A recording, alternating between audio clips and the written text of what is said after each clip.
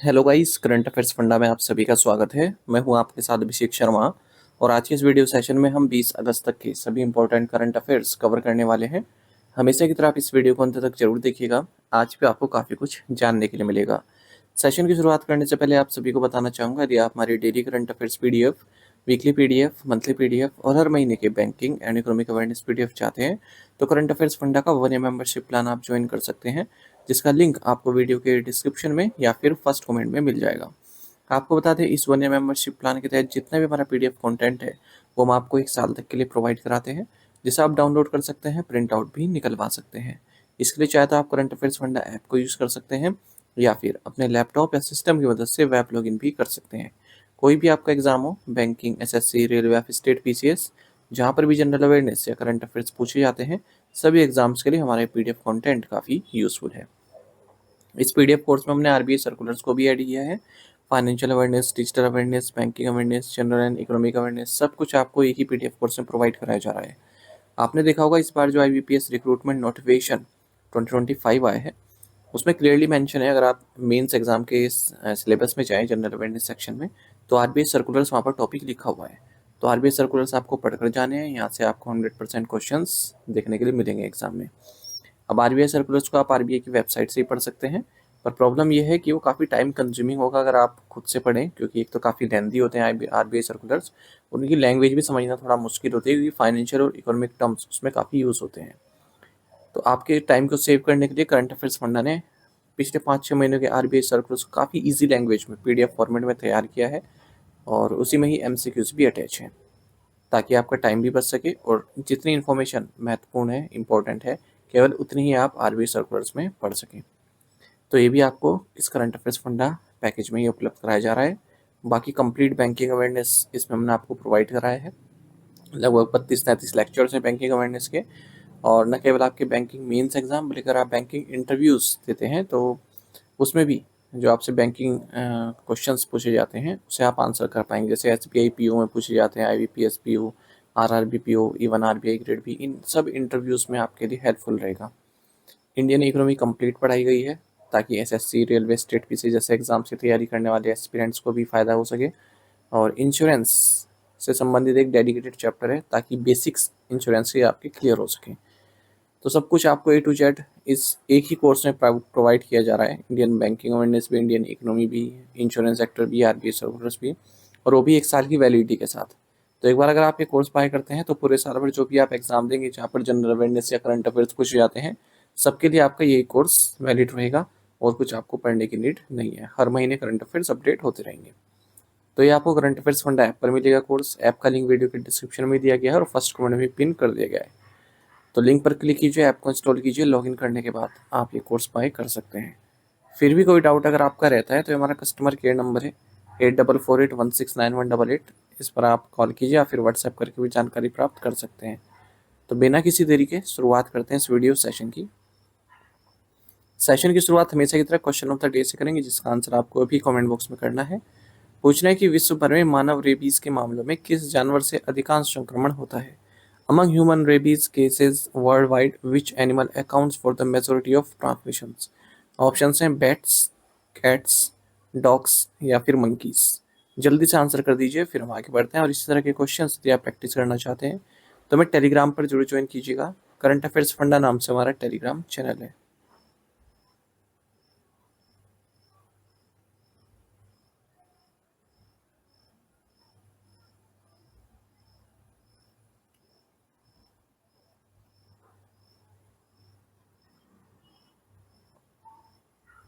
Bhavina Patel associated with which sport? Bhavina Patel किस खेल से संबंधित है? ऑप्शंस आपके सामने हैं। सही आंसर ऑप्शन डी है, para table tennis. Bhavina Patel ये असिस्टेंट डायरेक्टर हैं ईएसआईसी अहमदाबाद में, और इन्होंने ITTF world para elite event में गोल्ड मेडल जीता है विमेन सिंगल्स क्लास 4-5 में। साथ ही ITTF world para future event में इन्होंने सिल्वर मेडल जीता है, और ये दोनों ही इवेंट स्पोकेन यूएसए में हुए हैं। इसी के साथ ये वर्ल्ड की number 1 women single chess class 1-5 para table tennis player बन गई हैं। Where was the first world humanoid robot games held? प्रथम विश्व मानव रोबोट खेल कहाँ आयोजित किए गए? राइट आंसर ऑप्शन सी है बीजिंग। ह्यूमनॉइड मतलब जैसे आप रोबोट देख रहे हैं ना, ह्यूमन जैसे लग रहे हैं, तो वर्ल्ड ह्यूमनॉइड रोबोट गेम्स ये बीजिंग में हुए हैं। इसी अगस्त में पहली बार इस तरह के गेम्स आयोजित किए गए हैं। 26 इवेंट्स में रोबोट्स ने पार्टिसिपेट किया, जैसे track and field, soccer, dancing, kick boxing. Next edition भी अगस्त 2026 में होगा, बीजिंग में ही। Where was the Indian survey vessel large ship Ikshak build? भारतीय सर्वेक्षण पोत जहाज इक्साक का निर्माण कहाँ किया गया? राइट आंसर ऑप्शन डी है Garden Reach shipbuilders and engineers, Kolkata. देखिए 4 सर्वे वेसल लार्ज शिप्स बनने हैं या बन चुके हैं, उनमें से तीसरा है इक्साक यार्ड 3027। तो इंडियन नेवी की जो वारशिप डिजाइन ब्यूरो है इसके द्वारा से डिजाइन किया गया है और बनाया कहा गया है garden reach ship builders and engineers, Kolkata के द्वारा। इक्साक इसका नाम है, ये सर्वे वेसल लार्ज शिप है। ठीक है, तो ये इंडियन नेवी को डिलीवर कर दिया गया है हाल ही में, कोलकाता में ही। और जैसे मैंने बताया ना, ये तीसरा है, तीसरा सर्वे वेसल है। टोटल 4 हैं, 4 का ऑर्डर दिया गया था, उसमें से ये तीसरा है। तो पहला 3 फरवरी 2024 को कमीशन कर दिया गया था आईएनएस संधायक। दूसरा 18 दिसंबर 2024 को कमीशन कर दिया गया था आईएनएस निर्देशक। और ये तीसरा है इक्सा। 80% जो है इसमें इंडिजिनियस कंटेंट लगा हुआ है। The conference waterways to wonder unlocking cruise tourism was held in which city?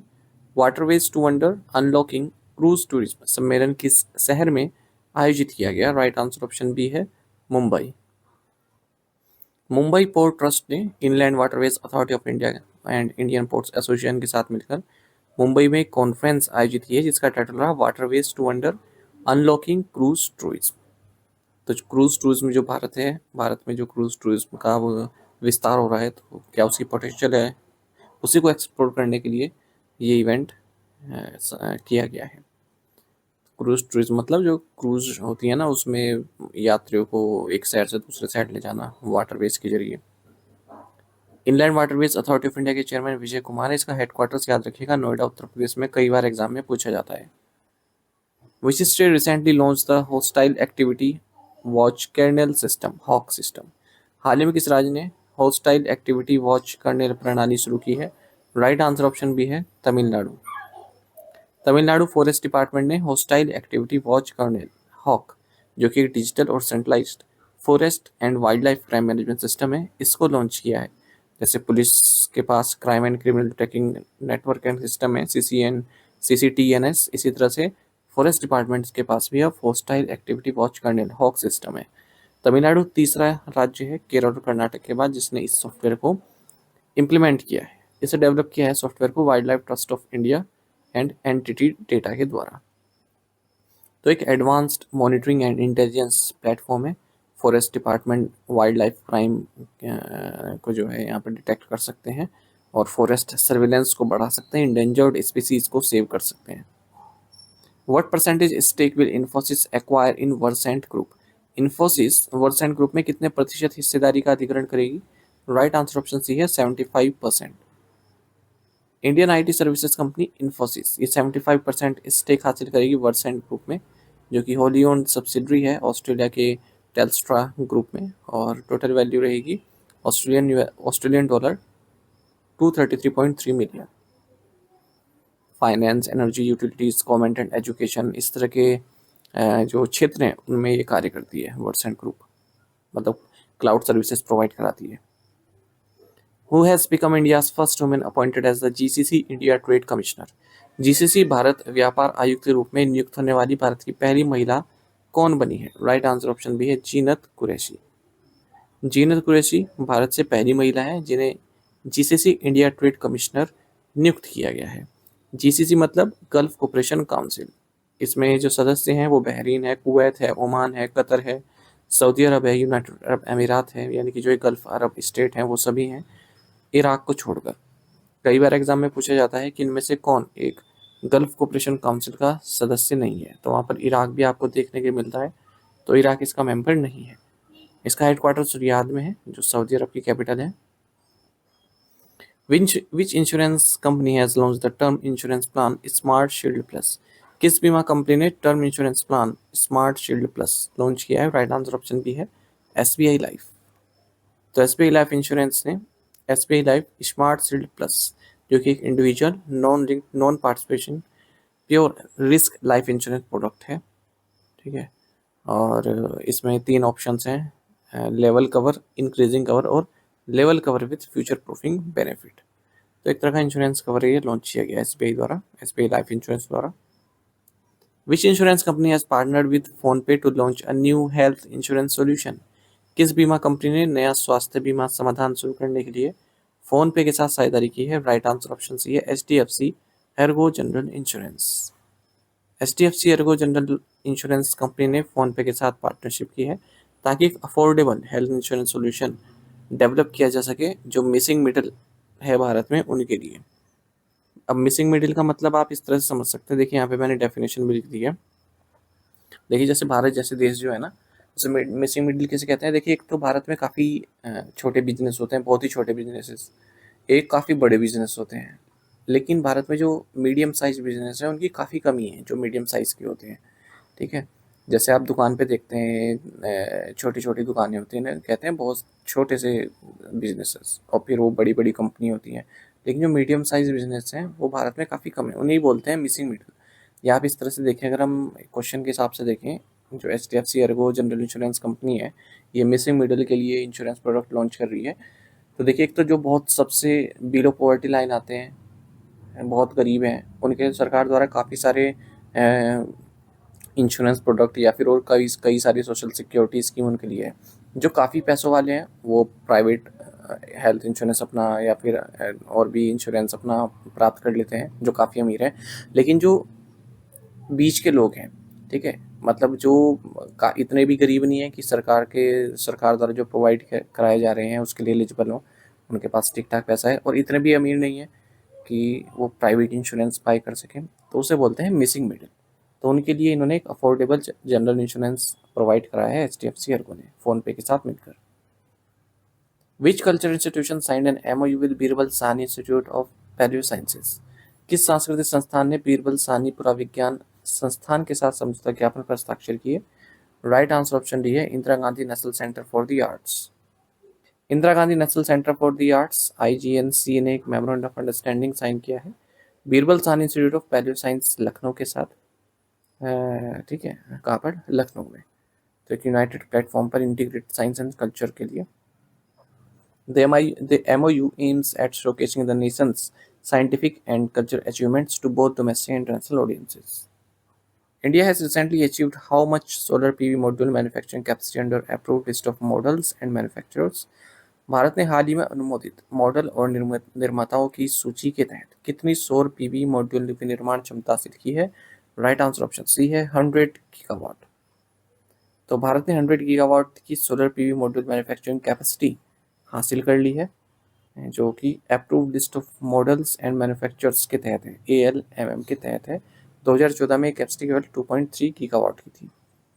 Ministry of new and renewable energy ने ALMM ऑर्डर को 2019 में इंट्रोड्यूस किया था, ठीक है। ALMM मतलब देखिए क्या होता था पहले, जैसे कई सारे मतलब लो ग्रेड सोलर इक्विपमेंट्स बनाए जाते थे भारत में या फिर विदेश से बाय किए जाते थे, अच्छा वो अच्छा चलते भी नहीं थे, ठीक है। तो सरकार ने क्या किया, एक लिस्ट बनाई जहाँ पर जो अच्छे मॉडल्स हैं उनकी लिस्ट बनाई, और जो मैन्युफैक्चरर्स हैं, जो रिलायबल मैन्युफैक्चरर्स हैं, जो अच्छे इक्विपमेंट बाय करते हैं उनकी लिस्ट बनाई, ठीक है। तो उसको बोलते हैं approved list of models and manufacturers. तो जो भी गवर्नमेंट के जो भी ऑफिसेज हैं या फिर जहाँ पर भी सोलर पैनल्स लगे हुए हैं या सोलर PV मॉड्यूल्स यूज़ किए जा रहे हैं, तो वो इस लिस्ट से लिए जाते हैं, जो इसमें मैन्युफैक्चरर्स हैं उनसे बाय किया या फिर जो इसमें मॉडल्स हैं वही बाय किए जाते हैं, ठीक है। तो उनकी कैपेसिटी 100 गीगावाट की पहुंच चुकी है, ये बताया गया इसमें।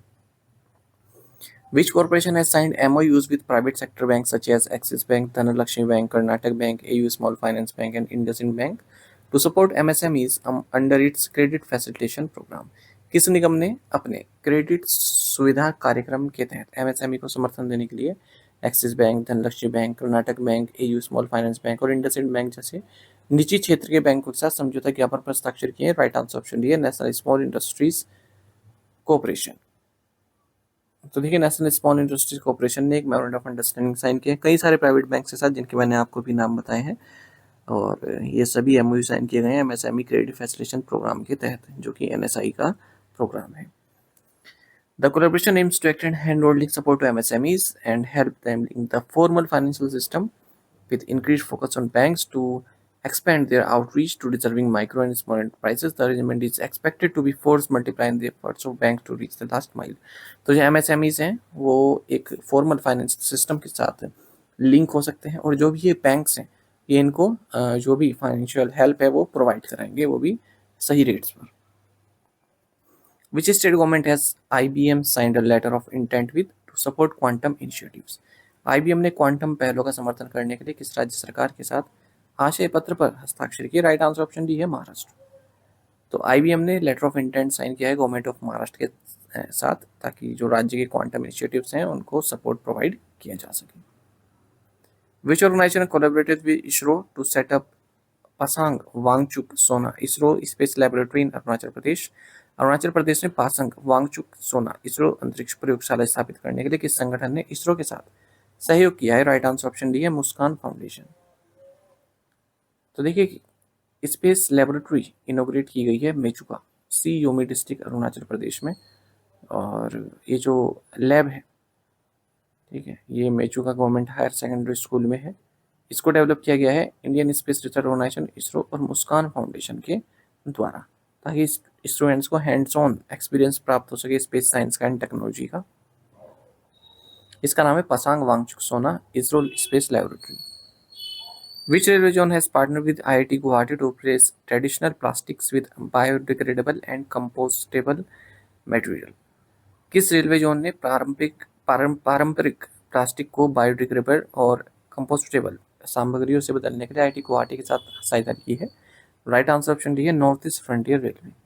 नॉर्थ ईस्ट फ्रंटियर रेलवे ने पार्टनरशिप की है Indian institute of technology IIT Guwahati के साथ, ताकि जो भी ट्रेडिशनल प्लास्टिक्स हैं उनको बायोडिग्रेडेबल और कंपोस्टेबल मटेरियल्स के साथ रिप्लेस किया जा सके। और इसकी शुरुआत भी हो चुकी है असम, वेस्ट बंगाल, बिहार, त्रिपुरा, अरुणाचल प्रदेश में कई ट्रेन्स में इस तरह के कार्य शुरू किए गए हैं। Which company ranked first in the top brand 2025 list? Top brand 2025 सूची में कौन सी कंपनी पहले स्थान पर रही? राइट आंसर ऑप्शन डी है माइक्रोसॉफ्ट।